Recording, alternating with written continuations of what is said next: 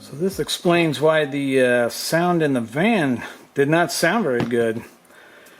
Looks like my speakers automatically upgraded to bass cancellation speakers. You can tell that here by, notice the surround is gone. It's probably not too bad. These were out of a 2006. It's the cargo van that we use. Anyway, the sound had been getting progressively worse over the past probably year and a half. So anyway, we got them replaced. Alright, so when you got open speakers like this sitting out, we can test these to ensure that the ohms are what they say they should be. So this speaker is rated at 8 ohms. It is showing up as 7.5, 7.6, which is fine. That's around 8 ohms. And also when we do this, we're confirming that there's some continuity between the positive side and the negative side. So the speaker will more than likely work, but I kind of test for the sound quality. Alright, just recently on one of the videos, we had somebody post a comment about wanting to know a little bit more about the snakes. So I'm just going to do something quick here covering the snakes that we use, their purpose, and really how to use them. Alright, to start off with, we run all analog snakes for our services. And this particular snake, this is what we call a drum snake. It's 8 channels. They're all sends. There's no returns. And just like any snake here, this is called the, sometimes people call this the fantail. This is also the pigtails. They both mean the same thing. Alright, and what this snake does, the reason why I call it a drum snake is we'll set this up somewhere around the drum kit, and then all the drum mics will connect into it. 4 on this side, 4 on this side, or however many drum mics we have. And then the whole cable assembly and everything, it runs from that location down to the main snake that we are using for that event. We've got the drum mics and other instrument mics all set up, ready to go. We've got almost 8 full returns being used. And let's see, there's the back of the amp rack.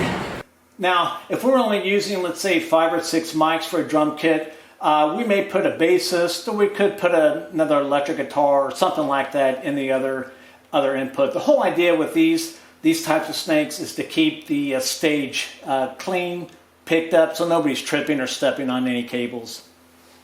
Alright, the next snake that we use is a 24 channel input, and it's got 8 returns on it, 4 and 4. Alright, and then we're going to take a look here at the pigtails.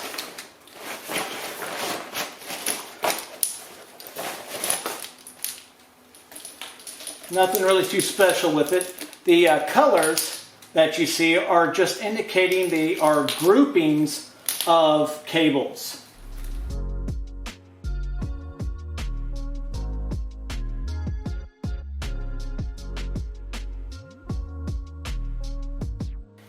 Okay, and these being the fantails, this is called the snake head.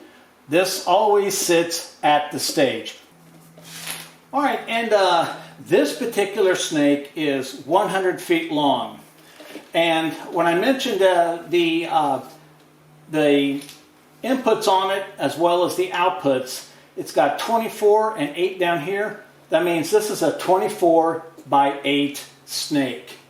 And just because this one's 100 feet doesn't mean that we can actually go 100 feet. We may only go out 60 feet, maybe 70 feet, because we have to account for where our front house is, where the stage is, and how to route the snake out of the guest's way. So we could go this way, probably 10, 20 feet, come down this way, and then come back into the stage area.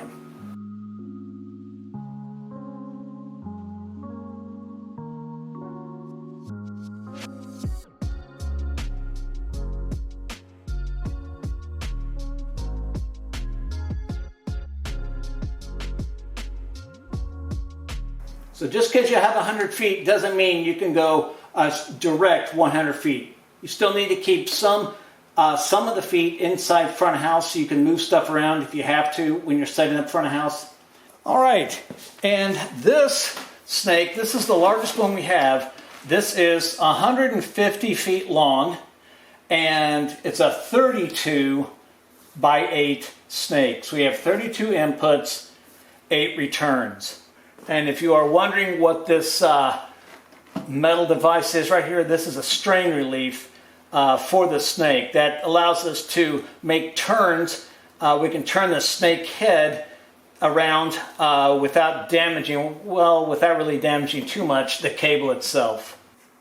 All right, and so when working with snakes or trying to size a snake for your setup, you should always get a snake that has the number of inputs that is larger than what your console has. For example, on our Allen and Heath and PreSonus consoles, both of those have 16 inputs. The smaller consoles have 16.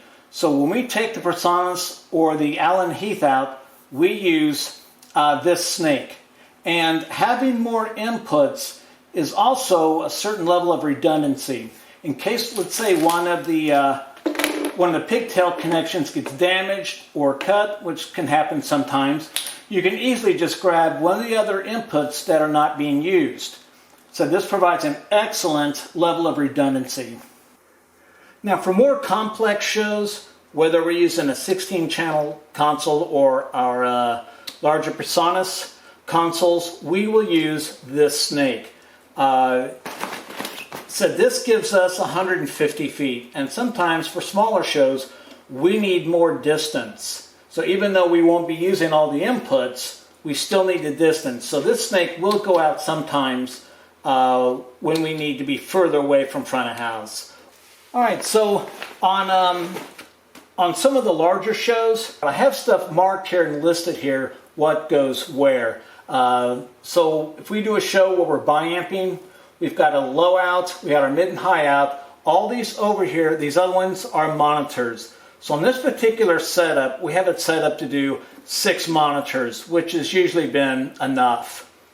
And also, depending upon what we're doing, I've got this one set up to do DMX. If I want to do a cardioid sub setup, I will use this as an output. And for our matrix, we have one matrix we use for larger shows. And here is our comms, our communication. Okay, so just because these are set up as inputs, like mics coming from the stage, we get the gender changers, and we can attach those to here to make these into what these are. So this is another benefit of having a snake that is larger than what you need, because it allows you to do a little bit more complex setups other than just main front of house out along with monitors.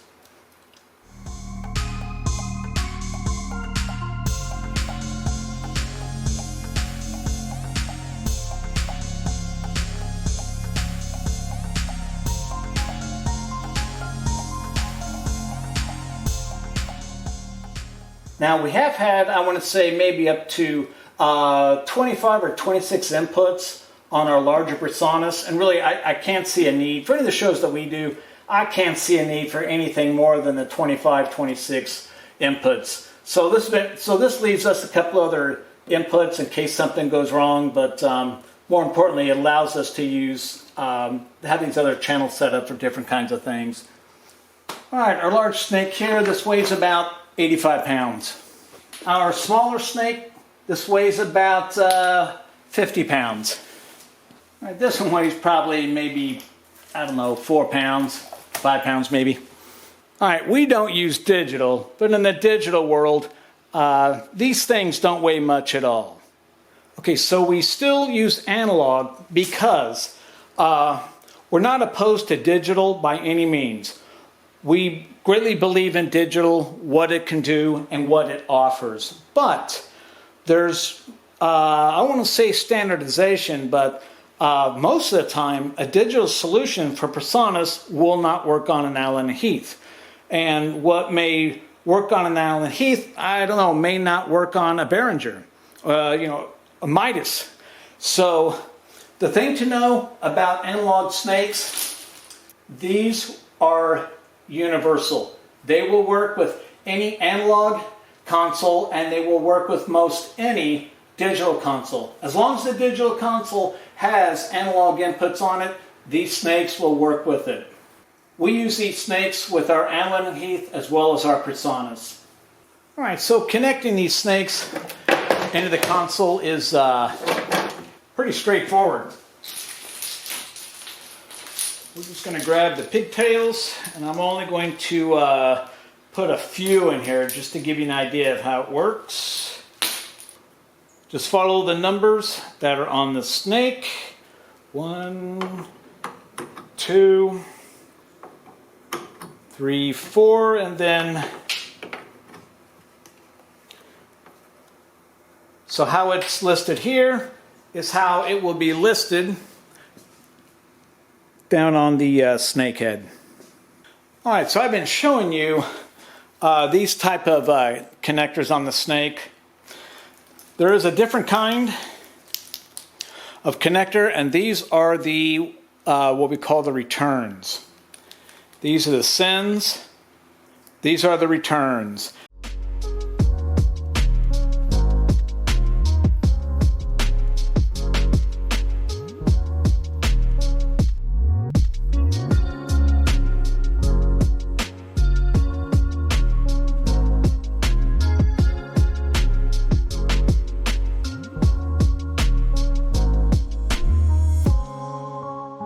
And what we're going to do with returns, this is how we get a signal from the console back to the stage.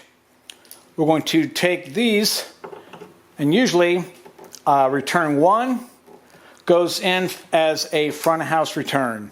And how we run everything, which is a mono, we take return number 1, we'll connect it to the left input. And then let's say on our other returns, let's say we have monitors, and just for the simplicity of viewing this here, I'm going to start with monitors on monitor number, these are in stereo here, I'll just start with number 9, and I'll do like monitor return 3, we'll go on 9, and let's say monitor return number 4, we'll go on 7. So let's just say we've got 2 returns for monitors and 1 for front of house. And these numbers, they can be whatever you want them to be. It's up to you.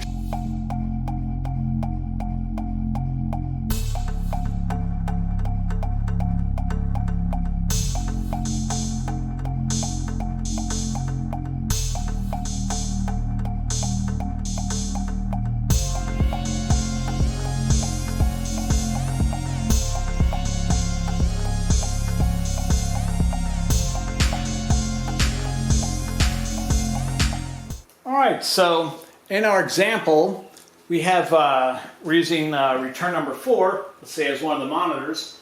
So we're just going to connect a cable into return number 4.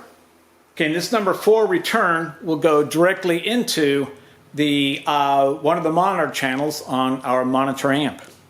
We have a channel open, so that cable would just connect into there, and that's how we get the signal from the console down through the snake and into a monitor channel.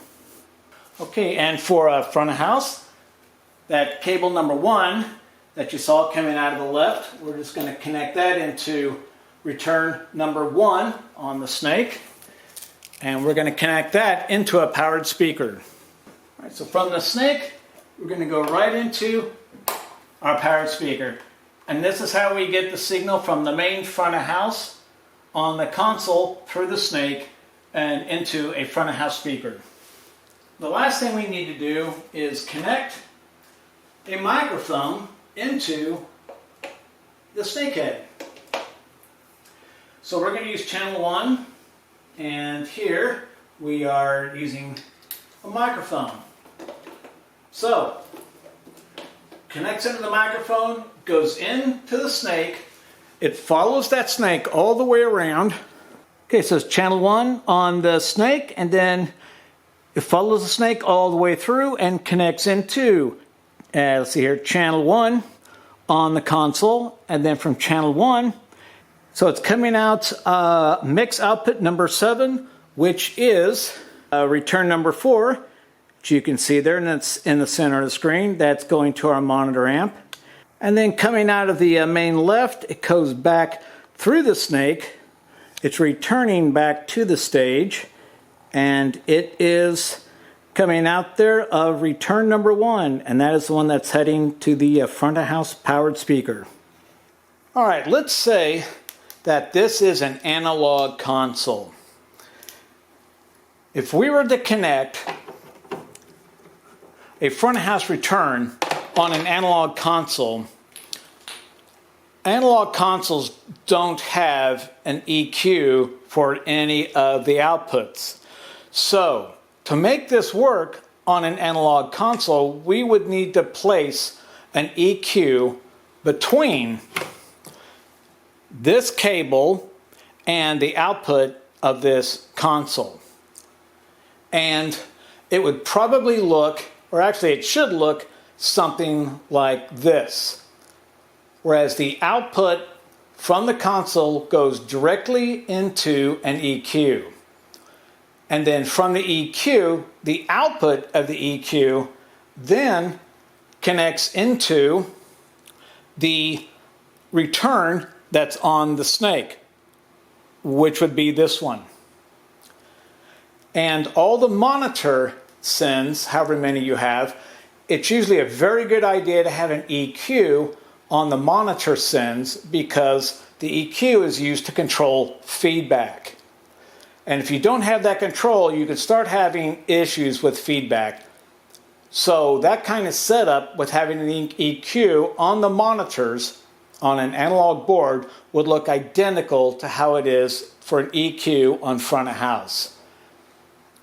Now, EQ on front of house isn't used that much. It's usually used to make minor corrections, if you will, to how the hall sounds. As I mentioned before, are universal, and they work with all consoles. You're not restricted to a particular console vendor or a brand. They're very simple to use. There's absolutely nothing complicated about them. And as I said, analog snakes are universal. They'll work with nearly any console. Analog is a tool and digital is a tool.